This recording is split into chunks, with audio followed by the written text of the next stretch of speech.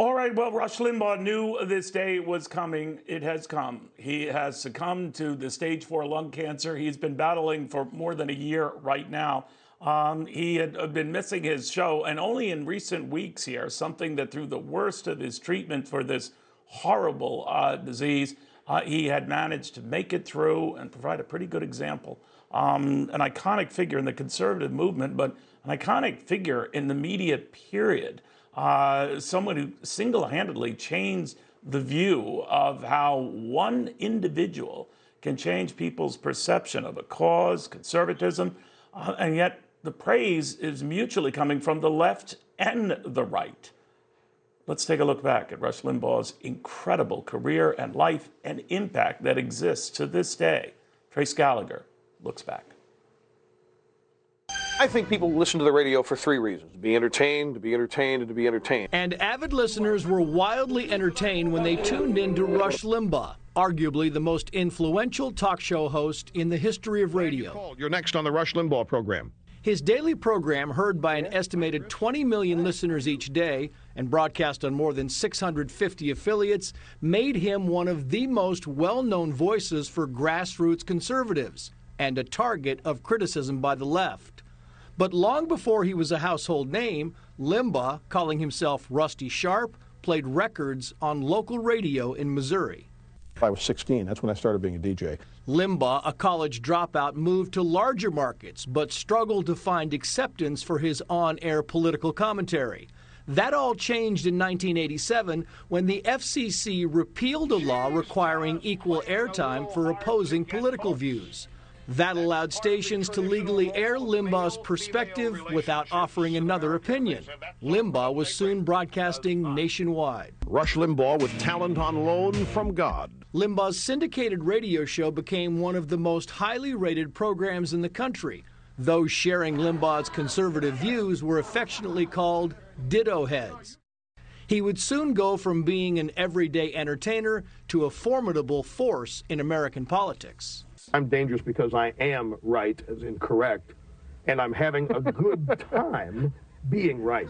His huge success on radio led to a TV show and 7 books, his first titled The Way Things Ought to Be. In 1995, he made the cover of Time magazine. Then in 2001, he was almost deaf. If I take the right side hearing aid out, I do not hear a single thing. A cochlear implant helped to restore his hearing. 2 years later, another unexpected announcement. You know that I have always tried to be honest with you. Limbaugh admitted he was addicted to painkillers, which he was taking for back pain. Immediately following this broadcast, I will check myself into a treatment center for the next 30 days.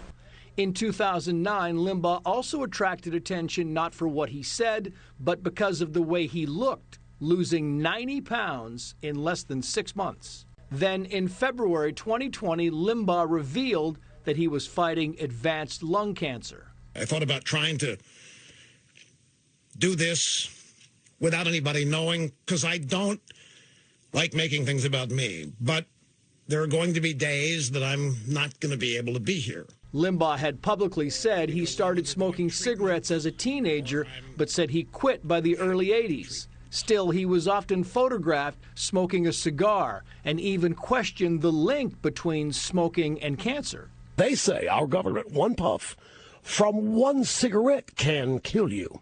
If this is true, they should make a scary movie out of this. Limbaugh never had children, but was married 4 times. Perhaps his greatest lifelong love was radio. A longtime personal friend of President Trump's, there was this State of the Union first. I am proud to announce tonight that you will be receiving our country's highest civilian honor, the Presidential Medal of Freedom.